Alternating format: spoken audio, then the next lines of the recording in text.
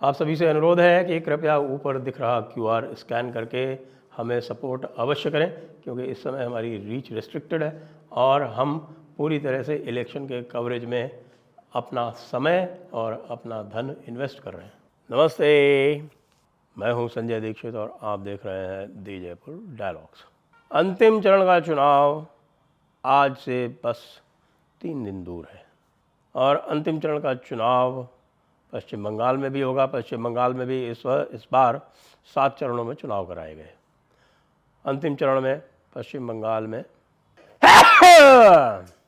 अंतिम चरण में पश्चिम बंगाल में 9 सीटों पर चुनाव है, जिनमें से 4 सीटें कलकत्ता महानगर में हैं। उसके अतिरिक्त 3 सीटें ऐसी हैं जो बिल्कुल जो हुगली नदी है और जो बंगाल की खाड़ी है उससे लगते हुए क्षेत्र में है और जहाँ पर तरह तरह के द्वीपों की भरमार है। यहाँ पहली बार प्रधानमंत्री मोदी ने एक रोड शो किया और उस रोड शो को लेकर ममता दीदी इतनी भयभीत हो गई कि उन्होंने तरह तरह की बाधाएं डालने में कोई कोर कसर नहीं छोड़ी। यद्यपि ये सारी जो चुनाव की प्रक्रिया है ये चुनाव आयोग की निगरानी में होती है और जो लॉ एंड ऑर्डर मशीनरी है वो भी चुनाव आयोग के अंडर में ही होती है। लेकिन आप जानते हैं कि भाई बंगाल का मामला कुछ अलग ही है और बंगाल में तो साहब ये देखिए कि 28 तारीख को जब प्रधानमंत्री की रैली होनी थी और प्रधानमंत्री की रैली के लिए अनुमति ले ली गई, उसके बाद पता चला कि पूरे कलकत्ता में धारा 144 लगा दी गई और धारा 144 लगते ये हो गया कि साहब कि ये अब जो रोड शो है ये नहीं हो सकता। लेकिन उसके बाद संभवतः चुनाव आयोग की डांट पड़ी होगी या कुछ और हुआ होगा।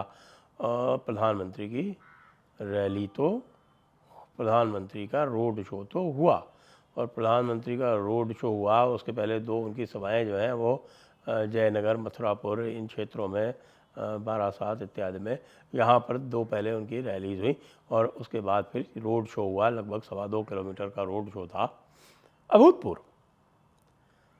लेकिन ममता दीदी के जो पालतू पुलिस वाले हैं, जी हाँ, मैं देखिए अब हम ये कहते हुए अच्छे नहीं लगते, लेकिन निश्चित रूप से जिस प्रकार से ममता दीदी का व्यवहार रहा है और जिस प्रकार से पुलिस में एक बड़ी उत्कंठा होती है कि वे पूरी तरह से दासत्व ग्रहण करके चले, उसके चलते पश्चिम बंगाल में पुलिस का एक बड़ा हिस्सा जो है पूरी तरह से पालतू बन गया है और पालतू दिखने का प्रयास करता रहता है। यहाँ पर जगह जगह बाधा डालने का प्रयास किया गया। जो प्रधानमंत्री के रोड शो के आसपास जो कई सारे जो इस तरह के प्लेटफॉर्म्स बनाए गए थे उनको डिसमेंटल करने का प्रयास किया गया, लेकिन कोई भी काम नहीं आया। बड़ा ही ज़बरदस्त शो हुआ। अब बड़ा ही ज़बरदस्त शो हुआ तो अब पश्चिम बंगाल में क्या हवा पलटी है? पश्चिम बंगाल में देखिए हवा तो बड़ी ज़बरदस्त चल ही रही है। बहुत सारे जितने भी आपके जानकार हैं पश्चिम बंगाल के सभी बता रहे हैं कि भाई आराम से 25 सीटें तक आ सकती हैं भारतीय जनता पार्टी की। उसमें अत्यंत महत्वपूर्ण ये लास्ट वाला जो फेज़ है वो ये अंतिम चरण है वो है, क्योंकि पिछले चरण में तो ऐसा लग रहा है जैसे कि 8 की 8 सीटें भारतीय जनता पार्टी जीत गई। लेकिन इस चरण की जो 9 सीटें हैं पश्चिम बंगाल में, उन 9 सीटों में से 2019 के चुनावों में 9 की 9 टीएमसी की जीती हुई है। तो भारतीय जनता पार्टी 22-23 पर अटक जाएगी या 25 क्रॉस कर जाएगी, वो पूरी तरह से इस चरण पर निर्भर करता है। तो क्या ऐसा संभव हो पाएगा कि इन 9 सीटों में से कुछ सीटें भारतीय जनता पार्टी ले जाए? देखिए कुछ सीटें तो ऐसी है जहां पर ममता दीदी ने और बाकी उससे पहले जो लेफ़्ट फ्रंट सरकार थी उन लोगों ने मिलके जो डेमोग्राफी है वो इस प्रकार परिवर्तित कर दी है कि वहाँ पर अब किसी भी प्रकार से ममता दीदी को हराए जाने का प्रश्न ही नहीं उठता। उदाहरण के लिए डायमंड हार्बर की सीट ले लें। पहले तो मैं आपको बता दूं ये सीटें कौन सी हैं। देखिए डायमंड हार्बर है जो हल्दिया के सामने वाला क्षेत्र है, वो डायमंड हार्बर, और डायमंड हार्बर और हल्दिया जो है वो तामलुक में पड़ती है, लेकिन उसके सामने वाला जो क्षेत्र है हुगली के दूसरे तार, वो डायमंड हार्बर वाला क्षेत्र है। फिर उसके बाद आपके सागर, काकद्वीप, ये सब जो क्षेत्र है, आपके जो गंगा सागर जहाँ पर आपकी तीर्थ यात्रा होती है, वो क्षेत्र है मथुरापुर। फिर और भी उधर भी दूसरा क्षेत्र है जयनगर। ये सब द्वीपों वाले क्षेत्र हैं, मथुरापुर और जयनगर। इसके बाद फिर क्षेत्र है आपके बसीरहाट और बारासात। बसीरहाट तो आप जानते हैं, वो संदेश खाली में क्या हुआ था, सभी को जानकारी है।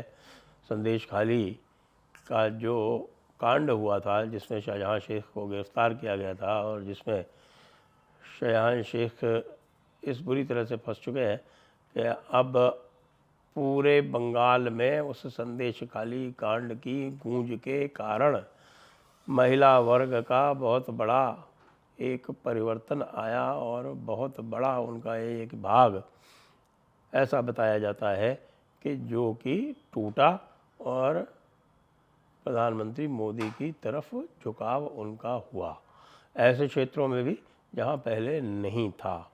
जैसे कई ऐसे क्षेत्र हैं जहां प्रधानमंत्री मोदी की टीम और उनकी जो टिकटार्थी है या उनके तरफ से जो लड़ने वाले कैंडिडेट्स हैं वो जीत रहे हैं। यहाँ तक कि अनलाइकली प्लेसेस जो बोलते हैं अंग्रेजी में, अनलाइकली प्लेसेस लाइक बीरभूम, ऐसे स्थानों पर भी जीत होती दिख रही है।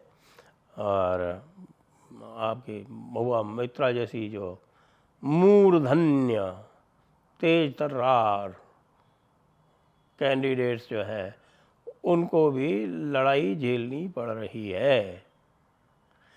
ऐसे में आप यदि कि शुभेंदु अधिकारी और उनके प्रभाव क्षेत्र वाली सीटों को भी उसमें साथ में केवल जोड़ दें, जो 18 सीटें पिछली बार जीती थी उसमें केवल 3 सीटें और जोड़ दें तो भी 21 सीटें हो जाती हैं, और भारतीय जनता पार्टी अधिक सीटें जीत सकती है तृणमूल कांग्रेस से। लेकिन इस नवे चरण में कम से कम 2 सीटें ऐसी हैं जिसमें भारतीय जनता पार्टी पूरी तरह से टीएमसी की नाक में दम किए हुए है, और ये 2 सीटें हैं आपके कलकत्ते की 2 सीटें हैं, दमदम और उत्तरी कोलकाता।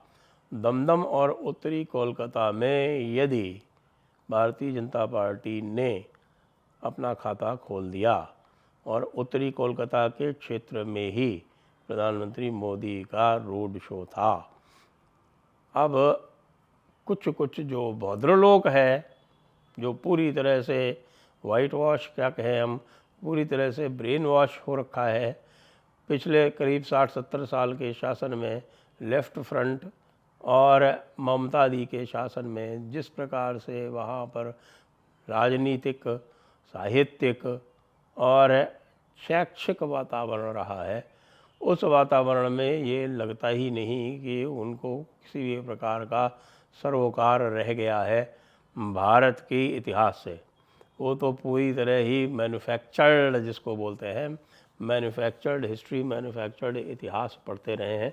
आप यह जानकर आश्चर्य करेंगे कि आज के इस भद्रलोक के और जिस प्रकार के शैक्षिक वातावरण पे कोलकाता है, उसमें नेताजी सुभाष बोस भी जो है वो महत्वपूर्ण नहीं है।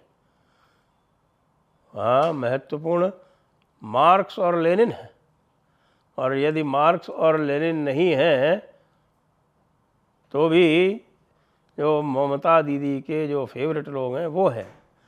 लेकिन जैसा मैं आपको कह रहा था कि कुछ क्षेत्र जो है, जैसे डायमंड हार्बर का मैंने आपको बता दिया, अब डायमंड हार्बर में कुछ क्षेत्र जो है वो कोलकाता महानगर का भी आ जाता है। मटिया बुर्ज जैसे क्षेत्र हैं जो पूरी तरह से आपके मुस्लिम क्षेत्र हैं, ये सब अभिषेक बनर्जी के खास क्षेत्र हैं।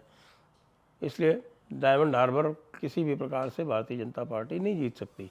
बारासात लगभग असंभव है, और बसीरहाट असंभव है। ये 3 तो आप बिल्कुल जाने ही दीजिए, इनके कोई प्रश्न ही नहीं उठता। उसके बाद आपके जयपुर, जयनगर और मथुरापुर, ये 2 क्षेत्र आते हैं। इसमें भी भाई बहुत मुश्किल काम है। बाकी फिर 4 सीटें बच जाती हैं, जिसमें south Kolkata impossible, Jadavpur impossible. अब पलटी है अगर कोई बाजी तो केवल हमारे प्रधानमंत्री जी के इस रोड शो से बदली है, पलटी है। और यदि यह हो गया, यदि नॉर्थ कोलकाता और दमदम भारतीय जनता पार्टी जीत गई, तो आप ये जान लीजिए कोलकाता में एंट्री भारतीय जनता पार्टी के होने का अर्थ ये है कि 2026 का जो चुनाव होगा उसमें आप पूरी तरह से ये लिख सकते हैं कि ममता दीदी की पार्टी का अंत हो जाएगा। जय हिंद, जय भारत, वंदे मातरम।